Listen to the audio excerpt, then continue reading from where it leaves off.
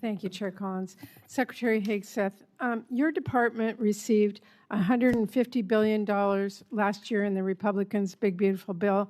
It also received a record $839 billion for fiscal year 2026, more money than you asked for last year. Combined, that is $1 trillion budget for the year, and as I already mentioned, your department has yet to spend half of the reconciliation funds.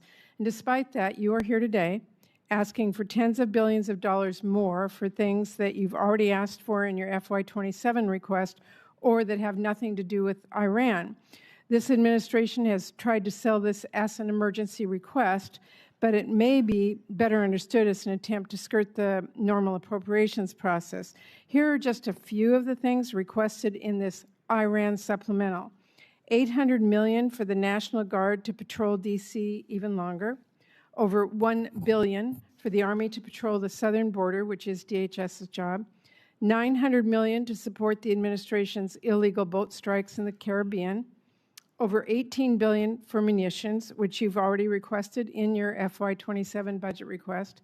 And $1.7 billion to pay for your decision to recruit more people than the services need, which was not contemplated by the FY26 funding bill Congress recently passed. Now, you've already submitted a reprogramming request on this that our subcommittee is considering now, which really underscores the point I made in my opening remarks that the problem is not a lack of money, but poor planning. So I'll be blunt. The truth is your request does not make a lot of sense. So let me ask you a simple question. Why exactly are billions of dollars more for the National Guard and this administration's illegal strikes in the Caribbean urgently needed for the Iran war? Well, Senator, I wouldn't, of course, agree with your characterization, but why this kind of spending is needed is because of the gross negligence and neglect of the Biden administration inside our department. Ran it like a bureaucracy, abandoned our strength posture around the world, so we're having to reestablish deterrence. You mentioned the end strength numbers, and I will acknowledge that we are ahead of schedule on end strength in recruiting. 8,000 in the Navy, 6,000 in the Army, 4,000 in the Air Force. Because under President Trump, there's been record and historic over 30-year recruiting records inside our department since he won the election because the American people didn't want to sign up for what Joe Biden was providing our military. And they want to sign up for what President Trump is doing in his leadership. And so those are good problems to have that we need to fund and a reflection of momentum. And this budget will allow us to continue the kind of momentum that gets us ahead. My point is that a lot of this request does not feel like an emergency. And let me move on. Secretary Hegseth, like most Americans, I've had a lot of trouble following this administration's contradictory statements about the war. On April 8th, you said, and I quote, "Their missile program is functionally destroyed, launchers, production facilities, and existing stockpiles depleted and decimated and almost completely ineffective." Mr. Secretary, Iran has been firing at U.S. military bases in the region and its ships for the last week. How is it possible, if their capabilities were, quote, functionally destroyed 3 months earlier, as she claimed, for them to be doing this now?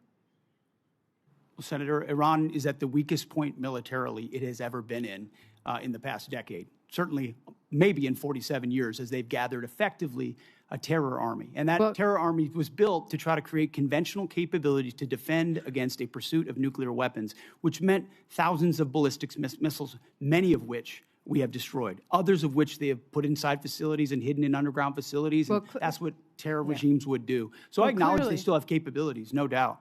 But the amount of damage that we've done to them over the course of these series of operations has put them in the worst place they've ever been. Okay, well, let me move on. On May 5th, you claimed that Iran doesn't control the strait, and you said that there was a, quote, powerful red, white, and blue dome over the strait. If that was true, how did Iran shrink ship traffic in the strait to a trickle again last week? We pushed almost, I believe, between 400 and 500 million barrels of oil under the nose of Iran over the course of Project Freedom, which went underground, which I acknowledged after we did so covertly because it was more effective to do so quietly than to do so publicly. So we've been in control of moving traffic through there for quite some time. Will they retain the ability to recklessly shoot at commercial shipping? And that's what happened. We had a ceasefire, and then they shot at commercial shipping well, you recklessly also as a state. said at that's that what changed same press conference, and I'm going to quote you, You urged Iran to, quote, let innocent ships pass freely. These international waters belong to all nations, not to Iran to tax, toll, or control. Last week, President Trump said the U.S. would charge a 20% toll to each ship to pass through the state. So based on your opposition to tolls, did you talk to the president out of that idea, or did someone else? Iran's not charging tolls, and they're shooting at ships right now. But Trump said that he wanted to charge a 20% toll. We have a blockade right now of all Iranian ships in Iranian ports, and it's effective. My time is out.